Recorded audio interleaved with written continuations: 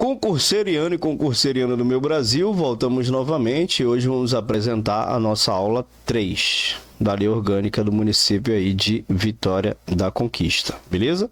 Galera, nosso material continua aqui disponível, você pode entrar em contato comigo pelo WhatsApp, tá?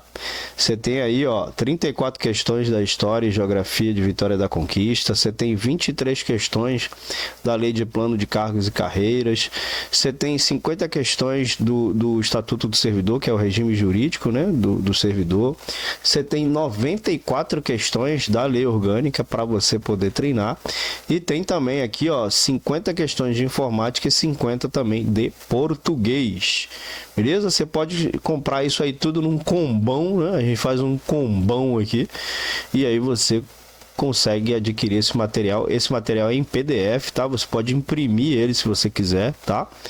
E ele é em PDF, eu mando os arquivos para você pelo WhatsApp ou pro seu e-mail, beleza?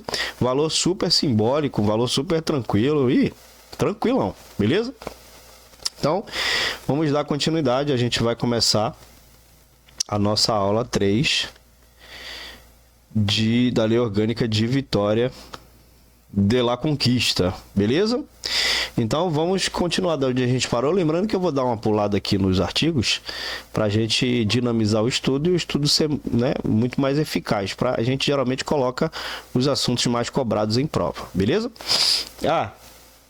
Não esquece, por gentileza, se você gostar desse conteúdo, deixa o likezão pro titio aí, ajuda o titio, aperta o dedo no like, deixa também o seu comentário se você quiser uma quarta aula e se inscreve no canal para você receber as notificações, beleza? Importante que você assista a aula até o final para que você consiga absorver todo o conhecimento, ok? E esquece de seguir a gente lá no Instagram também não, tá? Instagram, de vez em quando a gente coloca uns materiais legais lá. Tem promoções, a gente faz live lá também, beleza? Então, vamos seguir aqui, a gente vai falar das comissões hoje, beleza? Então, a Câmara Municipal, ela terá comissões permanentes e especiais, né? Constituídas na forma e com as atribuições previstas no seu regimento interno, ou no ato de que resultar a sua criação. Vou colocar grandão aqui para você ver melhor. Então, o que é comissão permanente e especiais, né? Então, a comissão permanente são aquelas que têm uma existência contínua, né? Por isso que o nome é permanente, né? Então, ela tem uma existência contínua ao longo de toda a legislatura. Então, elas tratam de áreas específicas de políticas públicas ou aspectos administrativos permanentes da gestão municipal. Então, ela pode abordar orçamento, educação, saúde, infraestrutura. Então, essas comissões são fundamentais para o funcionamento regular da Câmara. Tem as comissões especiais também. As comissões elas são temporárias e criadas para lidar com questões específicas que requerem atenção detalhada e não se encaixam nas categorias habituais das comissões permanentes. Então, elas podem ser formadas para investigar um determinado evento, né, discutir uma grande alteração legislativa ou abordar questões emergenciais. A gente sabe que o regimento interno é um documento que define as regras aí operacionais do município e ela vai estabelecer como as comissões permanentes são formadas, né? Quantos membros elas terão,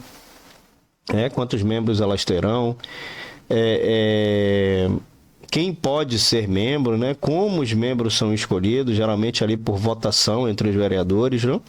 Então, é isso que o regimento interno vai direcionar as comissões, né? As comissões permanentes. E aí, ou no ato de que resultar a sua criação. Então, para as comissões especiais, pode haver um ato específico, né? Ou uma decisão, uma resolução da Câmara, né? Então, que estabelece ali essa comissão especial, né? Então, esse ato ele define o propósito da comissão, ele vai dizer a duração, a composição e como seus membros serão selecionados. Beleza? Show de bola, maravilhas. Então, vamos seguir.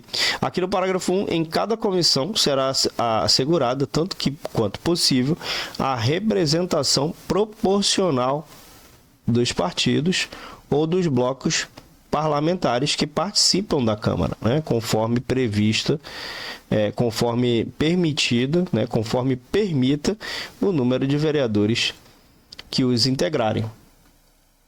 Beleza? Então, esse parágrafo 1 aqui, esse segmento do artigo, ele assegura que dentro das comissões, né, tanto permanentes quanto especiais, haja uma representação proporcional dos diferentes partidos ou blocos parlamentares, né, presentes na Câmara. Então, a representação proporcional, ela é crucial. Por quê? Por que ela é crucial? Ela vai garantir ali uma equidade, uma legitimidade, né? Equidade por quê? Porque ela vai garantir que todos os partidos ou blocos tenham voz nas decisões da comissão. Então vai refletir ali a diversidade de opiniões e posições políticas da Câmara como um todo. Por que legitimidade? Porque as decisões tomadas pelas comissões têm maior legitimidade quando todos os grupos políticos estão adequadamente representados. Por isso, reflete um consenso mais amplo. Então, os blocos parlamentares são formações em que 2 ou mais partidos decidem se unir para atuar conjuntamente na Câmara. Eles podem ser formados para fortalecer a representatividade de partidos menores ou para consolidar uma posição comum sobre determinados temas. Então, qual é o critério, né? A proporção da representação em cada comissão é determinada pelo tamanho do partido ou bloco parlamentar dentro da Câmara, ou seja, o número de vereadores que cada partido ou bloco possui. Então, a representação em comissão tenta espelhar essa proporção. Então, a aplicação dessa regra depende do número de vereadores que os integrarem, indicando que a representação proporcional deve ser aplicada tanto quanto possível. Então, isso sugere que pode haver limitações práticas na implementação exata da proporcionalidade, principalmente em câmaras com muitos partidos pequenos ou numerosos blocos, onde a divisão exata pode não ser viável. Beleza? Show. Aqui no parágrafo 2, nos casos de divergência na composição das comissões, a decisão caberá ao plenário da Câmara Municipal, a fim de que os trabalhos não sejam paralisados. Então ele está falando aqui, ó, de uma divergência se houver uma confusão ali na composição das comissões, né? No parágrafo 2. Então, divergências sobre a composição das comissões podem surgir por vários motivos, né? Como disputas partidárias, interpretações divergentes das regras de proporcionalidade ou desacordo sobre os membros designados ali para as comissões. Então, o parágrafo está estabelecendo que em casos de tais divergências, a decisão final sobre a composição das comissões cabe ao plenário da Câmara. O plenário a gente sabe que é composto por todos os vereadores e é o órgão máximo de decisão da Câmara Municipal. Então, submeter a decisão ao plenário permite uma resolução mais democrática, mais imparcial, pois envolve todos os vereadores na decisão, representando assim uma solução que reflete a vontade da maioria dos representantes eleitos. Então, né, a decisão é geralmente tomada por meio de uma votação no plenário. Cada vereador vota de acordo com as preferências do partido ou pessoais e a composição final das comissões é determinada pela maioria dos votos. Beleza? As comissões, em razão de matéria de sua competência, cabem, né? Então, tem que discutir propostas de lei, né? Ela vai discutir ali propostas de lei, deixa eu tirar isso daqui, requerimentos e outras iniciativas no âmbito de sua especialidade. Então, as comissões de saúde vão discutir sobre saúde, né? Sobre as propostas de lei sobre saúde. Ela não vai discutir sobre outra especialidade. Se está falando se as comissões ali estão falando de educação, de finança, enfim, cada um no seu quadrado, beleza? Ela vai realizar audiências públicas também com entidades da sociedade civil, né? Então pode ser ONGs, pode ser sindicatos, enfim. Ela pode realizar audiências públicas onde o povo participa, né? Convocar secretários municipais, geralmente os secretários municipais trabalham com o prefeito, né, ou ocupantes de cargos da mesma natureza, para prestar informações sobre assuntos inerentes às suas atribuições. Então ela pode convocar um secretário municipal para compartilhar expertises, né, para compartilhar conhecimentos nessas comissões, né? Receber petições, reclamações, representações ou queixa de qualquer pessoa contra atos ou omissões de autoridade ou entidades públicas. Então ela pode receber reclamações do povo, essas comissões, né? Pode receber petições, reclamações, representações ou queixas de qualquer pessoa. Então você, eu, todo mundo pode emitir esses documentos, né? essas petições, essas reclamações nessas comissões. Por exemplo, você pode emitir uma petição para uma comissão que fala sobre a saúde, informar que está faltando médico, que os médicos não estão atendendo, né? Aqui por omissões das autoridades ou por entidades públicas, né? Então você pode elaborar essas comissões, essas reclamações e essas representações. Solicitar depoimento de qualquer autoridade ou cidadão, então ela tem, né, esse poder jurídico, digamos assim. Apreciar programas de obras e planos sobre eles, emitir parecer e acompanhar junto ao Poder Executivo a elaboração da proposta orçamentária, bem como a sua posterior execução. A proposta orçamentária é a lei, é a LDO, que é a Lei de Diretrizes Orçamentárias, né, que vai elaborar um plano para saber a quantidade de gastos que vai ter naquele ano. Então, ela pode acompanhar junto ao Poder Executivo a elaboração dessa proposta. Beleza?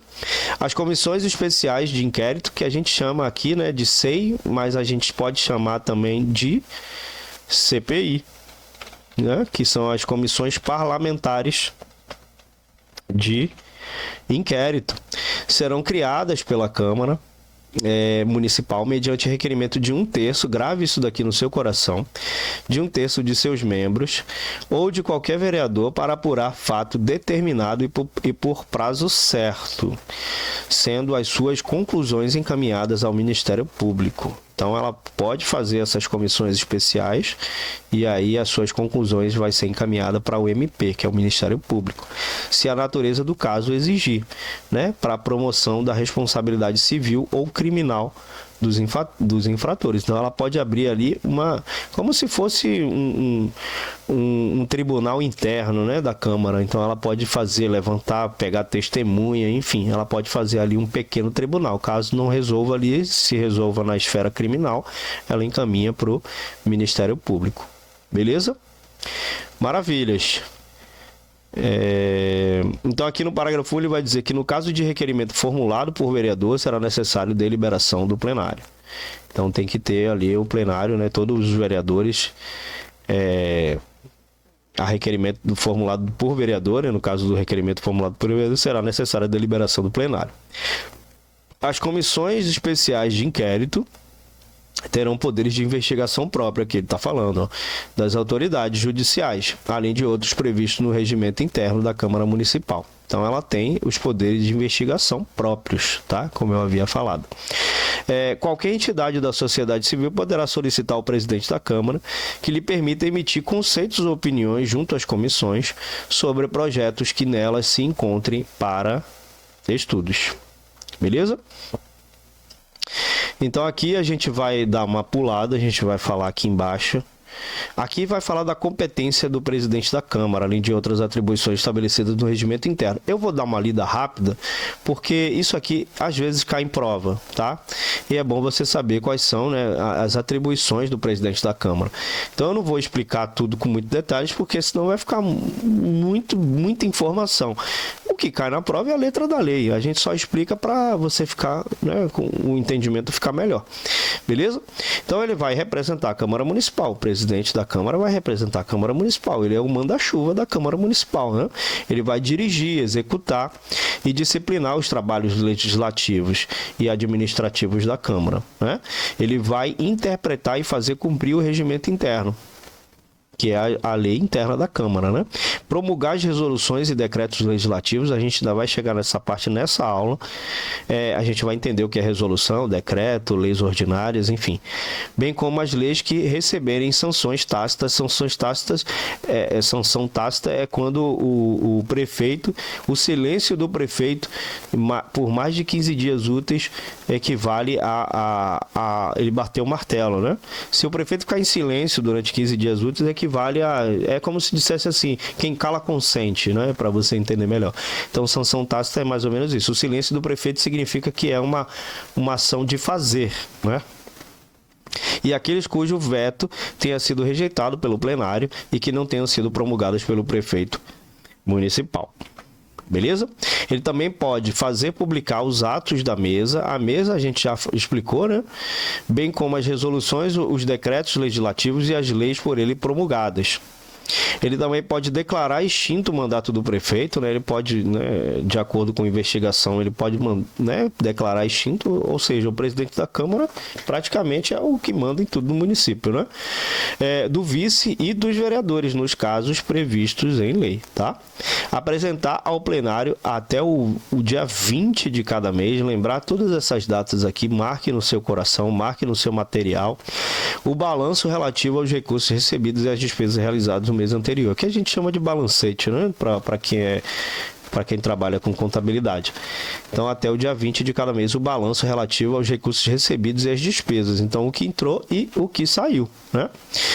Requisitar ao Poder Executivo numerário para despesas não contempladas no percentual do 10º destinado às despesas da Câmara. Então, ele pode requisitar ao Poder Executivo para despesas não contempladas. Fez o orçamento e ia gastar tanto, não gastou, ele pode, né, requisitar. Exercer em substituição a chefia do Executivo Municipal nos casos previstos em lei. Ele pode também, o prefeito, o presidente da Câmara, ele pode exercer aqui em substituição a chefia do Poder Executivo Municipal. Então, ele pode até substituir o prefeito, né, nos casos previstos em lei. Propor e fiscalizar a execução do plano de cargos e salários dos servidores da Câmara Municipal.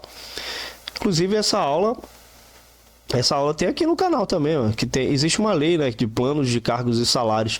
Nessa lei você descobre quais são os cargos que existem no município, os salários, né, o que é cargo comissionado, o que é cargo efetivo. Inclusive, a gente dá essa aula aqui no canal também. Inclusive, tem exercício também para essa matéria, que inclusive também está na maioria dos cargos, tá? Designar comissões especiais nos termos regimentais, observadas as indicações partidárias. Então, ele pode designar aqui, ó, comissões especiais. Geralmente são aquelas emergenciais ou são as de inquérito, né? Mandar prestar informação por escrito e expedir certidões requeridas para a defesa de direito e esclarecimento de situação. Realizar audiências públicas, né, com entidades da sociedade civil e com membros da comunidade. Então, ele pode realizar audiências públicas. Audiências públicas envolve o povo, envolve ONGs, envolve sindicatos, grupos advocacionais, enfim. Ele pode realizar essas audiências públicas abertas ao público. Administrar os serviços da Câmara Municipal, fazendo lavrar os atos pertinentes a esta área de gestão. E aqui também adotar quando as contas da Câmara, mediante semelhante previsto no artigo 60, parágrafo 3.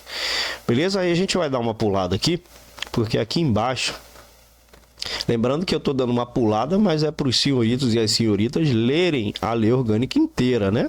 A gente só está fazendo aqui, está te dando um bizu, está te passando uma informação a mais para você poder pegar aí no tranco, digamos assim, beleza?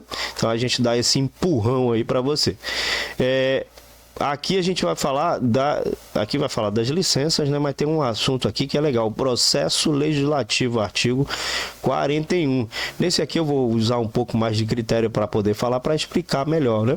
Processo legislativo municipal, vou até colocar grandão aqui. Processo legislativo municipal, ele compreende a elaboração de quê? De emendas à lei orgânica municipal. O que é emenda, né? Quando você emenda alguma coisa, quer dizer o quê? Você está emendando alguma coisa na outra, né? Então, a emenda aqui da lei lei orgânica, ela é como se você pegasse a lei orgânica e colocasse novos artigos, né? A atualização de uma lei. Então, ele vai emendar ali no artigo uma nova lei, enfim, ele vai emendar, digamos assim, a grosso modo. Mas falando mesmo com um termo mais técnico, né? Com um termo para que vocês entendam melhor, eu vou explicar de um jeitinho para que você entenda realmente com mais clareza. Então, a lei orgânica, a gente sabe que ela funciona como uma constituição do município. Ela estabelece as normas do governo, os direitos e deveres dos cidadãos, das entidades públicas, o funcionamento dos poderes legislativo e executivo. As emendas são alterações propostas a este documento fundamental. Então, elas são essenciais para atualizar ou para corrigir artigos que não se adequam mais à realidade municipal ou para ajustar as leis às novas legislações federais ou estaduais, além de responder às necessidades locais emergentes. Então, a emenda, ele até explica aqui no texto, né? Vamos dar uma lida aqui no artigo 42, ele vai dizer que aqui, ó, a lei orgânica municipal poderá ser emendada, ou seja, atualizada, mediante proposta de quê? De 1/3. Grave isso aqui no seu coração, tá? Isso aqui, esses prazos, essas coisas aqui de número mínimo, número máximo, grave essas informações no seu coração. Então, de 1/3 no mínimo dos membros da Câmara Municipal. Então, para que seja feito, né, uma proposta de emenda à lei orgânica, precisa de 1/3 no mínimo dos membros da Câmara, né? É assim, é como se um pouco, quase chegando na metade dos membros da Câmara, mas não é a metade. Aí também o prefeito municipal. Então, a lei orgânica municipal ela pode ser emendada mediante proposta também do prefeito. O prefeito pode dar uma proposta ali para atualizar a lei orgânica do município. E também da iniciativa popular, né? Ou seja, o povo, assinada por no mínimo 5%. Grave isso também no seu coração, dos eleitores, tá? Então, a proposta da emenda à lei orgânica municipal será discutida e votada em 2 turnos, ó, 2 turnos, considerando-se aprovada quando obtiver em ambos 2/3 dos votos dos membros da Câmara. 2/3 dos votos dos membros dá mais da metade, né?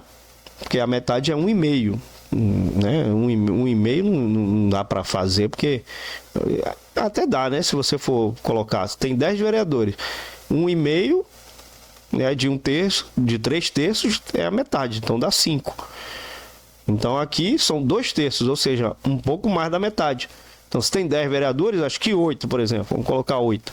8% ali, 8% não, 8 vereadores tem que votar, né, para que a proposta da emenda à lei orgânica, né, para que a proposta de uma atualização seja feita. A emenda à lei orgânica municipal será promulgada, ou seja, vai bater o martelo pela mesa da Câmara e com o respectivo número de ordem. Beleza? Aí aqui a gente vai falar das leis complementares. O que fala aqui as leis complementares, né? As leis complementares, elas são normas que têm por objetivo complementar, né? Então, ela vai complementar, vai explicar e adicionar detalhes à lei orgânica municipal. Elas são usadas para regulamentar áreas específicas que necessitam de uma regulamentação mais detalhada do que pode ser abordado pela lei orgânica. Então, geralmente trata-se de matérias que requerem uma regulação mais aprofundada, como o regime dos servidores públicos, questões tributárias, plano diretor, proteção do meio ambiente, entre outras.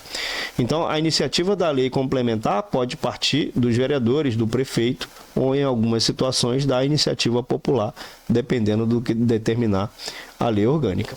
Beleza? Show de bola. Então, ela também, né, tem tramitação, tem quórum, né? Precisa de um quórum. As leis complementares também. Elas fornecem a base legal, detalhada, ali, necessária para a aplicação eficaz da lei orgânica, ajudando a moldar a governança municipal de forma mais específica e técnica. E aí tem as leis delegadas. O que são as leis delegadas? As leis delegadas, elas surgem quando a Câmara Municipal ela delega ao prefeito a competência para elaborar normas sobre temas específicos que geralmente requerem uma resposta técnica ou detalhada rápida, ou que estão fora da capacidade técnica imediata dos vereadores. Então, a delegação ela é feita para assuntos não essenciais, que não inclui a criação de tributos, matérias reservadas à lei orgânica ou a definição de crimes e penas, por exemplo.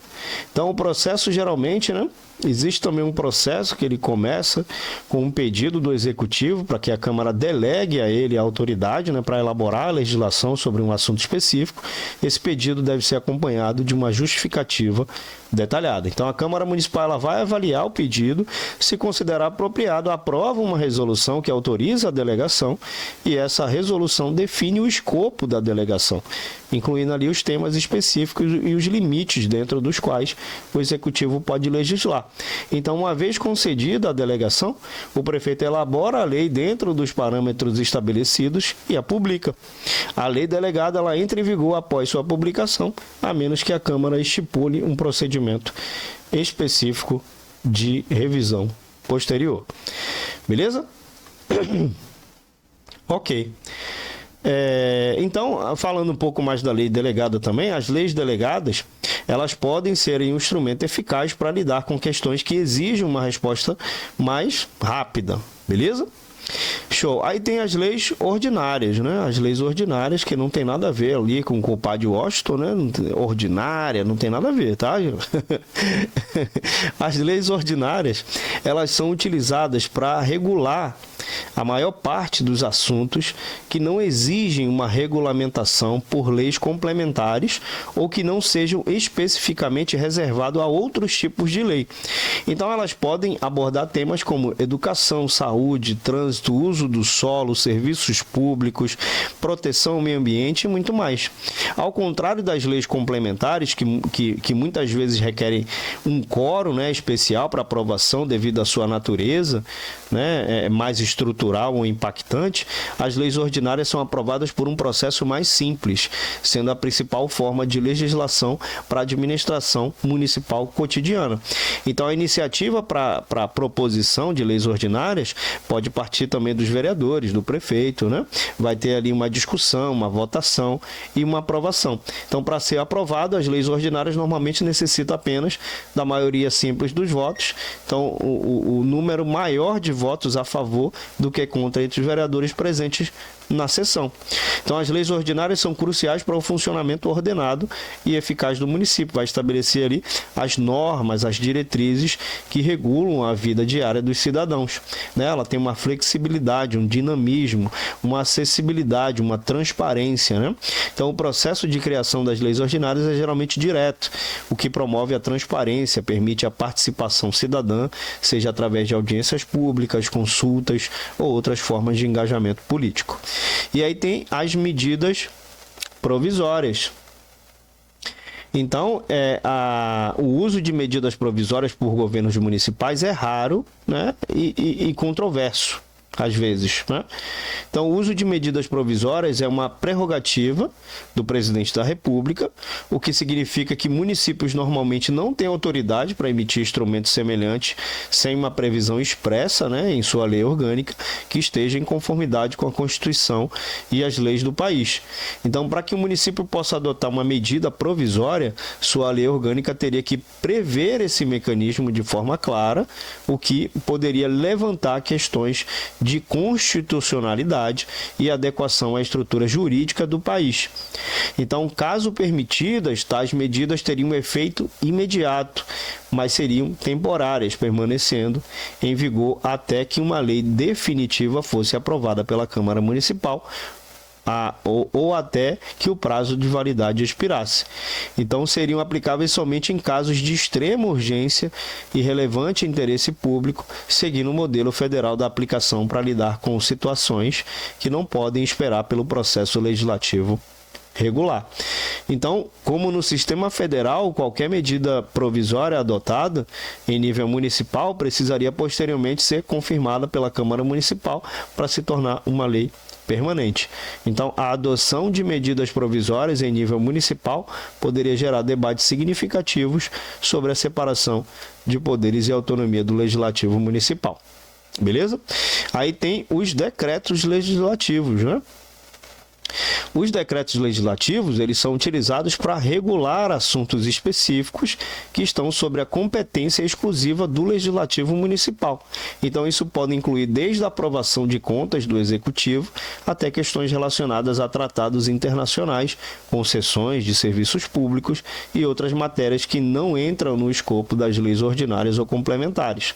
Então, uma característica importante dos decretos legislativos é que eles são promulgados, né, pelo prefeito, né?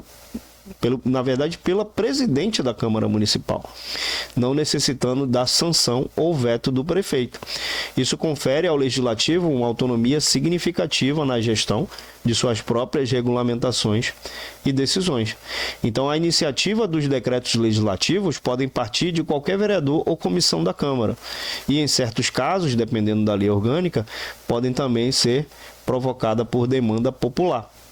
Então, assim como as leis ordinárias, os decretos legislativos passam por discussões e votações nas comissões pertinentes e no plenário da Câmara. Contudo, elas são aprovadas por maioria simples ou qualificada, dependendo da matéria específica que regulamenta. Beleza? E tem também as resoluções. Então, o que quer dizer a resolução? As resoluções são atos normativos que não possuem o caráter de lei em sentido estrito, mas são usadas para organizar os procedimentos internos da Câmara Municipal. Então, ela vai regulamentar as relações institucionais e administrativas e outros assuntos internos do Poder Legislativo. Então, elas não necessitam de sanção ou veto do prefeito. As resoluções, elas permitem que o Legislativo Municipal regule suas próprias atividades, como o funcionamento das sessões plenárias, né? A constituição e competência das comissões e o regime de trabalho dos vereadores e funcionários. Então, a iniciativa para propor uma resolução parte dos vereadores também, da comissão, da Câmara, né? Em alguns casos, a própria presidência da Câmara pode tomar a iniciativa, especialmente quando se tratar de questões administrativas ou procedimentais, né? Então, as resoluções passam por discussões dentro das comissões pertinentes e no plenário da Câmara. A aprovação geralmente ocorre por maioria simples dos presentes, salvo disposição específica em contrário estabelecida pela lei orgânica. Após aprovada, a resolução é promulgada pelo presidente da Câmara e entra em vigor na data de sua promulgação ou em uma data específica no texto da resolução. Beleza? Então, a resolução é mais uma diretriz interna. Elas são cruciais ali para uma boa ordem, um funcionamento eficaz na Câmara Municipal. Então, elas vão estabelecer regras e procedimentos que asseguram a transparência e a eficiência das atividades legislativas. Beleza? Show de bola. Então, hoje a gente vai ficar por aqui. Ok? Se você quiser uma quarta aula, por favor, deixe seu comentário aqui embaixo. Também deixe o seu like e se inscreva no canal para você receber sempre as atualizações de aulas novas, tá? Não esquece. E segue a gente aqui, ó, Instagram, lá no Instagram. Segue a gente lá também, que a gente vai adorar também a sua presença lá, tá? Muito obrigado pela atenção de todos, que vocês consigam atingir seus objetivos. Aquele abraço e tchau!